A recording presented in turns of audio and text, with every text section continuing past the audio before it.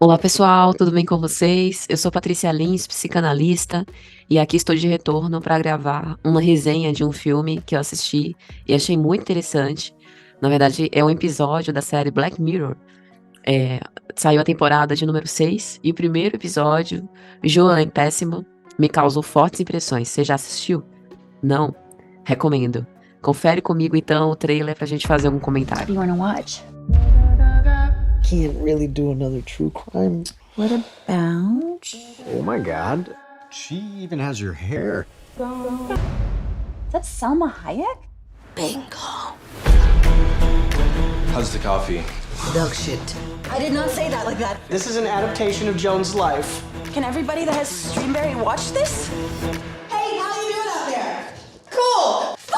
Então, primeiro para dizer que podem ter muitos spoilers aqui nessa abordagem.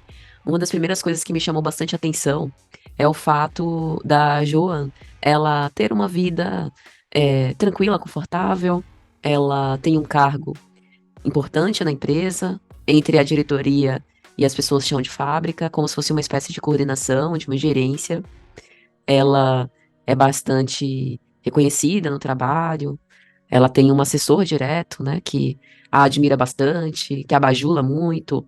E uma das principais características psicológicas dela que me chamou a atenção é o fato dela não se afirmar na vida.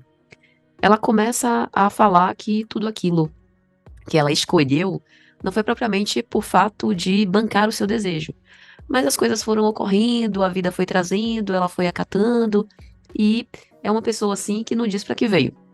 E parece muito a ideia desse nosso mundo com múltiplas possibilidades, com múltiplas opções, que a gente fica bastante indeciso sobre o que escolher, que a gente acaba não assumindo a responsabilidade sobre ter que perder alguma coisa. Então ela fala sobre ter um noivo que a trata super bem, que cozinha pra ela, que cuida dela, mas que ela acha a comida insossa e ao mesmo tempo não abre o diálogo para falar sobre a sua insatisfação. Ela fala sobre ter sido deixada pelo antigo namorado e ter começado, né, um outro relacionamento sem necessariamente ter se colocado sobre ser isso exatamente o que ela queria. E ela, pelo fato assim de parecer fora do ar dentro da própria vida, tem uma cena em que ela demite uma empregada e ela é bastante fria, bastante insensível. É como se ela transferisse também esse aspecto do fora do ar para as relações que ela entretece, se tornando uma pessoa bastante arrogante, bastante indiferente às necessidades dos outros. Uma outra coisa interessante é o Streamberry, que replica toda a configuração do Netflix, então é uma plataforma de streaming que tem séries em tempo real dentro da própria Netflix, né?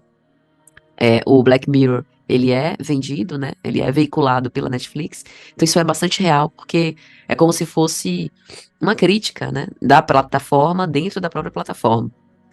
E vem muito a reflexão sobre a exposição dos nossos dados pessoais. Hoje, a gente usa o celular para tudo. A gente conversa com o celular do lado, a gente faz as nossas atividades normais, e o celular, por vezes, capta ou o áudio ou aquilo que está dentro do teor, né, das nossas conversas. E a gente sabe que, especialmente o Google, faz opções, né, fornece opções de serviços, de produtos, que parecem adivinhar o nosso desejo, mas que, na verdade, é o uso com respeito aquilo sobre o que a gente fala, sobre o que a gente conversa. Mas qual o limite disso?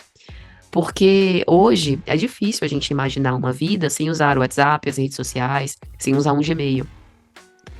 Mas qual a repercussão? Até onde vai o uso desses dados pessoais? Será que a gente realmente sabe o que é que essas plataformas podem fazer com o que elas escutam de nós, com o que elas sabem de nós, na nossa vida?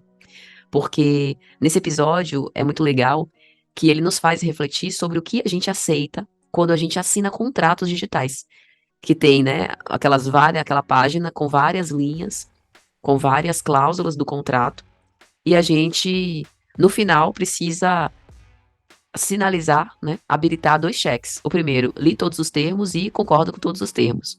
E quando a gente concorda, será que ali não tem algum termo, né, que pode vir a nos prejudicar, como esse caso, em que Joan deu ao contratar o serviço de streaming a liberdade dele fazer uma série em tempo real sobre a vida dela. Então, realmente assim, é algo muito interessante, porque a gente tem experimentado a virtualização dos nossos afetos. Então, a gente tem muito uma vida em redes sociais, uma vida na internet. E o episódio também nos faz pensar sobre a inconstitucionalidade também desse contrato. Então, isso é uma dúvida, porque os advogados, tanto da Joan quanto da atriz famosa, né, que através de uma deepfake montou essa imagem das duas, os advogados dizem que não há nada para ser feito, não obstante a inconstitucionalidade de alguns itens. Então, a gente também observa no, no episódio a espetacularização do sofrimento e a degradação humana. Tem um momento em que a Joa se sente encurralada, ela não tem a quem recorrer, ela não pode reclamar porque assinou o contrato, e ela tá tendo que conviver com todo mundo sabendo da vida íntima dela, as coisas que ela faz, as coisas que ela pensa, as coisas que ela fala. Então, a série também fala um pouco sobre essa distinção entre o público e o privado, o quanto esses limites estão embaralhados por conta da forma como a gente usa as redes sociais. E aí tem um determinado momento em que ela quer chamar a atenção dessa atriz famosa, cuja imagem dela foi embaralhada, digamos assim, com a dessa atriz, e acaba fazendo algo que ela sabe que eticamente essa atriz repreenderia. E acaba gerando uma reação que estava dentro daquilo que ela esperava, que a atriz vai procurá-la, ela, uma desconhecida.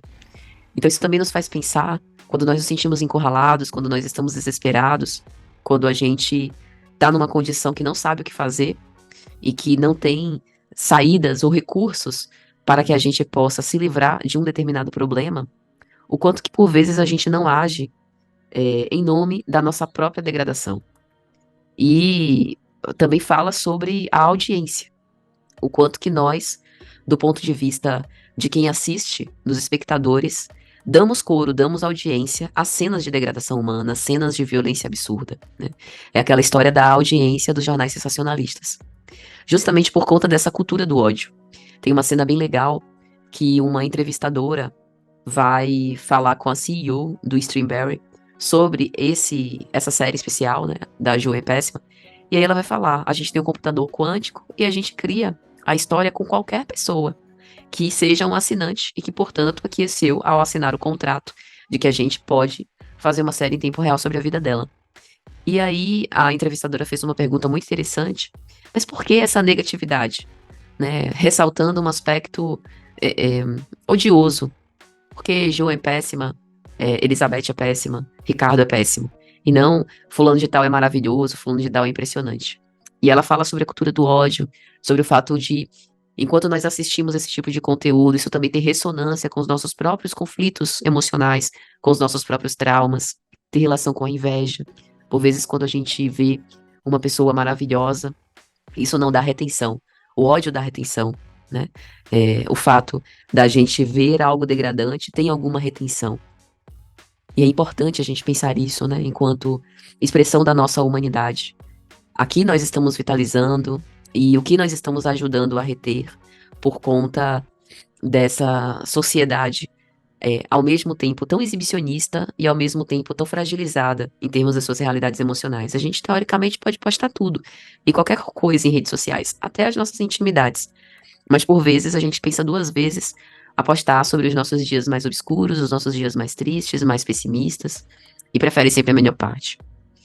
E o deepfake é algo que já vem sendo falado, né, com bastante recorrência, que é o uso da inteligência artificial para trocar o rosto das pessoas em vídeos, sincronizando movimentos e expressões faciais, sobrepondo áudios. Então, por exemplo, eu posso pegar um vídeo de Obama e ele faria, né? Posso pegar um vídeo em que ele faz um discurso, na época, por exemplo, quando ele foi presidente, e aí eu posso sobrepor um discurso, modulando a voz do Obama, falando atrocidades, falando coisas, sei lá, preconceituosas, coisas odiosas.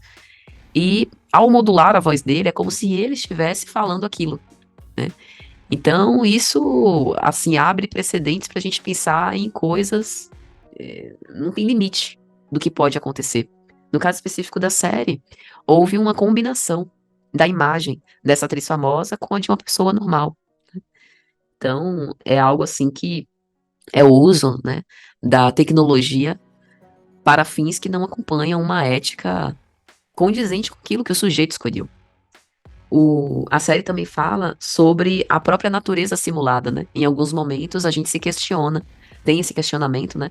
De que ali elas estariam na Matrix, né? Matrix, para quem não acompanha, né? Foi uma trilogia lançada há mais de 20 anos, que marcou bastante a tecnologia, né? Marcou bastante essa reflexão do quanto a tecnologia influencia na nossa vida, e eles propõem exatamente essa reflexão. Seria possível que tudo que nós vivemos não seja vida real, seja apenas uma simulação computacional, né? E isso, assim, só de pensar nisso já dá um nó no cérebro, né? Qual é, então, a nossa métrica daquilo que é real e daquilo que é simulação, né? Como é que a gente sabe que é a verdade? Então, o episódio também nos faz pensar sobre isso. E é interessante porque logo no início do episódio, a Joan parece ter bastante liberdade, mas ela não se responsabiliza pelo que faz, ela não banca o seu desejo. E no final, ela monta uma cafeteria, ela namora com uma outra pessoa, ela faz mais as coisas que ela quer, ela tem um emprego que talvez não seja o emprego dos sonhos, mas ela realiza o seu sonho nesse emprego, né? E coincidência ou não, é o momento quando ela precisa lidar com o fato de usar uma tornozeleira eletrônica, né? Porque ela e essa atriz famosa foram presas por conta de terem cometido esse atentado contra a empresa de streaming. Mas assim, o que é liberdade, né? E o que é estar cativo? O que é estar preso? Será que bancar o nosso desejo é a suficiente expressão da liberdade, não obstante uma tornozeleira que a gente esteja usando? Será que nós não somos hoje aparentemente livres, mas escravos da opinião alheia? Né? Escravos dessa hiperexposição em redes sociais e pouco livres para exercer o que a gente imagina, o que a gente gosta, o que a gente deseja? Então ficam aí as reflexões. Espero que vocês tenham gostado. Assistam o episódio, que é muito legal. Os demais episódios do Black Mirror também são muito bacanas nessa 6ª temporada. Eu particularmente gostei bastante. Espero poder voltar aqui para comentar eles. Um grande abraço, pessoal. Te vejo no próximo vídeo. Se você gostou, curta esse vídeo, comenta aqui embaixo com as suas impressões e compartilha com quem vocês acham que possa gostar também, tá legal? Um abração.